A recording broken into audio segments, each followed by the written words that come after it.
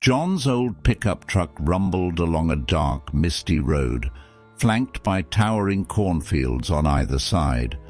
The full moon cast an eerie glow through the thick fog, turning the world into a surreal dreamscape.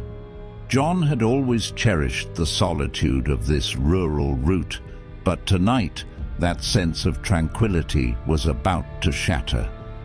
As he approached a particularly desolate stretch of road, John's tired eyes caught a flicker of movement in the misty cornfield to his right.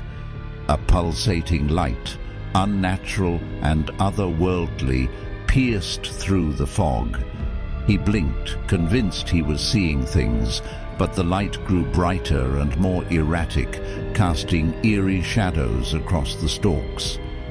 Curiosity gnawed at him, and he pulled over to the side of the road, his old truck sputtering to a halt. Hesitantly, he stepped out into the damp night air, his breath forming ghostly clouds in the chill.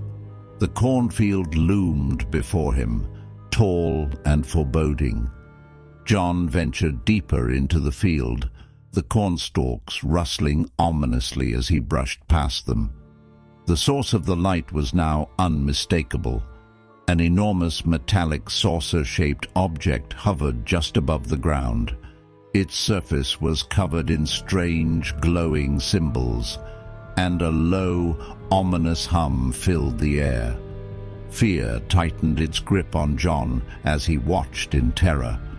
The mist seemed to thicken around him, and he could barely make out the shape of the saucer's hatch, which had now opened, revealing a swirling, otherworldly vortex. Panicking, John turned to flee, tripping and nearly being sucked into the saucer's opening. Desperation lent him strength, and he managed to scramble back to safety just as the saucer's pull threatened to drag him in. He watched in terror as the saucer's hatch closed with a deafening thud, and the metallic craft began to ascend, rising slowly into the night sky. John's heart raced, and he could do nothing but helplessly stare as the saucer vanished into the mist, leaving behind a sense of dread that hung heavy in the air. He climbed back into his old pickup truck, the engine roaring to life, and drove away from the cornfield, his mind forever scarred by the encounter. In the distance, the stars seemed to shimmer a little brighter, but the feeling of impending doom gnawed at him. Weeks passed, and the small town where John lived fell into an unsettling hush. Whispers of his encounter with the UFO spread like wildfire, and the once tranquil community became a breeding ground for rumors and paranoia. Then, the first disappearance occurred.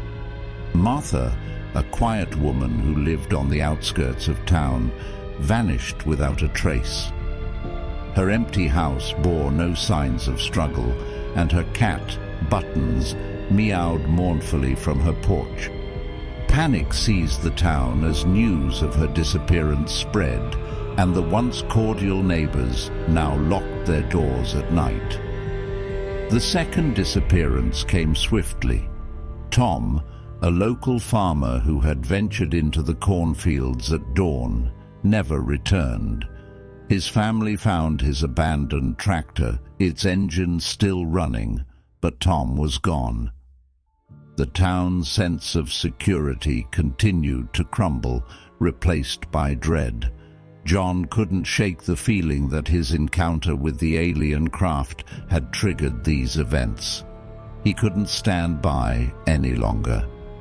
Gathering a group of townspeople who had also witnessed the strange occurrences, he set out to confront the unknown menace that lurked among them. Their investigations led them back to the cornfield where John had narrowly escaped being sucked into the saucer. The eerie, glowing symbols on the craft were etched into his memories, haunting his dreams. His determination mixed with fear, like a potent elixir of desperation. As the group ventured deeper into the cornfield, John's heartbeat thundered in his chest. The mist that had concealed the saucer before now seemed even thicker, shrouding their surroundings in an oppressive, choking fog. Though John and the group were determined to put an end to the alien torment, they were relieved to find no UFO in the field. Instead, they found something even more unsettling, a series of strange markings in the earth, as though something or someone had been dragged away. Fear clawed at John's mind. He knew they were not alone. The night grew colder, and strange, ghostly sounds echoed through the cornfield. Shadows danced at the edge of their vision, and the group's members exchanged terrified glances. They were being watched. Suddenly, from the depths of the fog, a chilling scream pierced the night, a scream that belonged to Susan, one of their own. She had been standing at the edge of the cornfield, and now she was gone, leaving behind only the echo of her terror. The remaining members of the group were left in disarray, their resolve crumbling in the face of such malevolent power. They had no choice but to retreat, their fear and uncertainty growing with each step. As they reached the town's limits, their sense of safety returned, but the horror of their encounter remained. John looked back one last time in the direction of the cornfield, now miles away, and saw a saucer lift into the night sky and vanish. They were gone, he hoped, though he was not fully convinced. What if they had only retreated? What if they would return and claim what was left of the town? What if he was next?